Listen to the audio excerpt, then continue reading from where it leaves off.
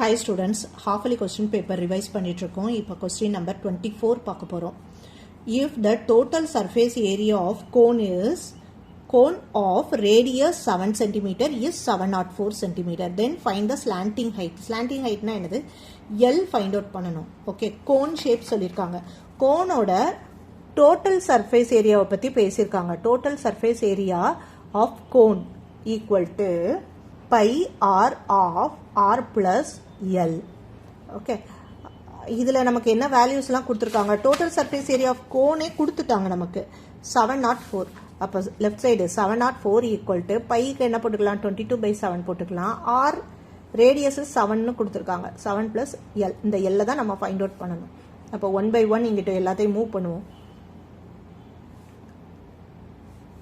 104 into 7 divided by இந்த 7 left right சைடில் நியூமரேட்டரில் இருக்கிறதுலாம் இங்கே டினாமினேட்டர் வந்துடும். டினாமினேட்டர் இருக்கிறதுலாம் நியூமரேட்டருக்கு போயிடும். ஓகே, இப்போ இந்த 7 கேன்சல் ஆயிரும். இது ரெண்டு even number. So 2 table 1 2 1 2 3 2s are 6 5 2s are 10 2 2s are 4. Again இது ஈவன் நம்பர்.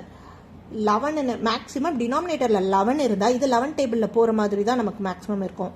அப்போ ட்ரை பண்ணலாம். 1 11s are 11, 3 11s are 33, carry over 2, 2 11s are 22.